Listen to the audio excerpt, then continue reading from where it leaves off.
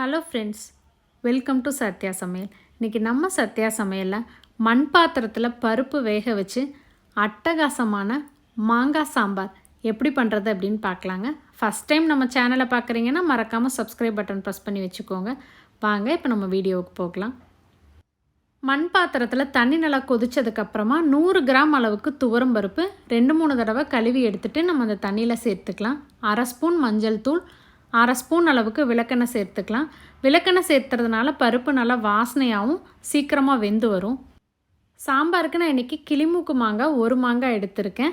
இந்த சைஸில் 1 தக்காளி பழம் எடுத்துக்கலாம். சின்னதாக ஒரு நெல்லிக்காய் சைஸ் அளவுக்கு புளியை நம்ம தண்ணியில் ஊற வச்சு எடுத்துக்கலாம். மாங்காவை கொஞ்சம் பெரிய பெரிய துண்டுகளாக கட் பண்ணிட்டோன்னா குழம்புல கரையாமல் சூப்பராக இருக்கும். பருப்பு வெந்துருச்சு அப்படின்னு பார்க்கலாம். இப்போ பருப்பு வெந்துருச்சு, ஆனால் இன்னும் நல்லா மலர்ந்து வரலை. ஒரு 10 நிமிஷத்துக்கு அப்புறமா சூப்பராக நம்மளுடைய பருப்பு வெந்துடுச்சு. இதை நான் இன்றைக்கி மத்து வச்சு கடைஞ்சி விட்டுக்கிறேன். கொஞ்சம் உங்களுக்கு பருப்பு தெரிகிற மாதிரி இருக்கணும் அப்படின்னா ஓரளவுக்கு கடைஞ்சா போதும். ஆனால் நான் ஃபுல்லாகவே கடைஞ்சி விட்டுட்டேன். இப்போ பருப்பு கூட நம்ம எடுத்து வச்சுருந்த 1 தக்காளி பழம் கட் பண்ணி சேர்த்துட்டு 1.5 டேபிள் ஸ்பூன் அளவுக்கு சாம்பார் தூள் சேர்த்துக்கலாம். இது வீட்டில் அரைச்ச சாம்பார் தூள். நல்லா கலந்து விட்டுட்டு நம்ம தக்காளி நல்லா வெந்து சாம்பார் பொடியினுடைய பச்சை வாசனை நீங்கிற வரைக்கும் விடலாம். 5 நிமிஷத்துக்கு அப்புறமா நம்ம கட் பண்ணி வச்சுருந்த மாங்காவை சேர்த்துக்கலாம். மாங்காய் சீக்கிரம் வெந்துடும். வாசனைக்காக கொஞ்சமாக கருவேப்பிலை, தேவையான அளவுக்கு தண்ணி சேர்த்துக்கலாம். இப்போ சாம்பாருக்கு தேவையான அளவுக்கு உப்பு போட்டு நல்லா கலந்து விட்டுருங்க. ஒரு 5-6 நிமிஷத்துக்கு அப்புறமா மாங்காய் பாதி வெந்ததுக்கப்புறம் நம்ம எடுத்து வச்சுருந்த புளியை கரைச்சி சேர்த்துக்கலாம். புளி ரொம்பவே குறைவாக போடுங்க.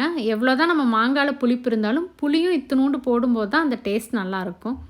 இப்போ சாம்பாருக்கு தாளிப்பு பண்ணிடலாம். 2 ஸ்பூன் எண்ணெயில் 1/2 ஸ்பூன் அளவுக்கு கடுகு, 1/2 ஸ்பூன் அளவுக்கு சீரகம் சேர்த்து பொரிய விட்டுக்கலாம்.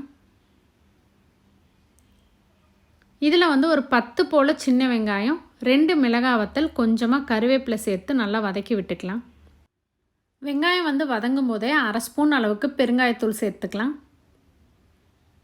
இந்த தாளிப்பை நம்மளுடைய சாம்பாரில் சேர்த்துடலாம். ரொம்பவே வாசனையான கமகமான மாங்காய் சாம்பார் அட்டகாசமாக ரெடி ஆயிடுச்சு. நம்ம பருப்பு, மாங்காய், தக்காளி எல்லாமே வேக வச்சுட்டு அதுக்கப்புறமா கடைசியாக அந்த தாளிப்பை சேர்த்து இறக்கும்போது ரொம்பவே வாசனையாகவும் சாம்பாரினுடைய டேஸ்ட் ரொம்ப ரொம்ப சூப்பராக இருக்கும். கண்டிப்பாக இந்த ரெசிப்பியை நீங்களும் ட்ரை பண்ணி பாருங்கள். ரெசிபி உங்களுக்கு பிடிச்சிருந்தா மறக்காமல் உங்கள் ஃப்ரெண்ட்ஸ் எல்லாத்துக்கும் ஷேர் பண்ணுங்கள், லைக் பண்ணுங்கள், கமெண்ட் பண்ணுங்கள். சூப்பரான சாம்பாரில் கொத்தமல்லி இலை தூவி நம்ம இறக்கிடலாம். சுவையருந்திட சுவைத்து பாருங்கள். தேங்க்யூ.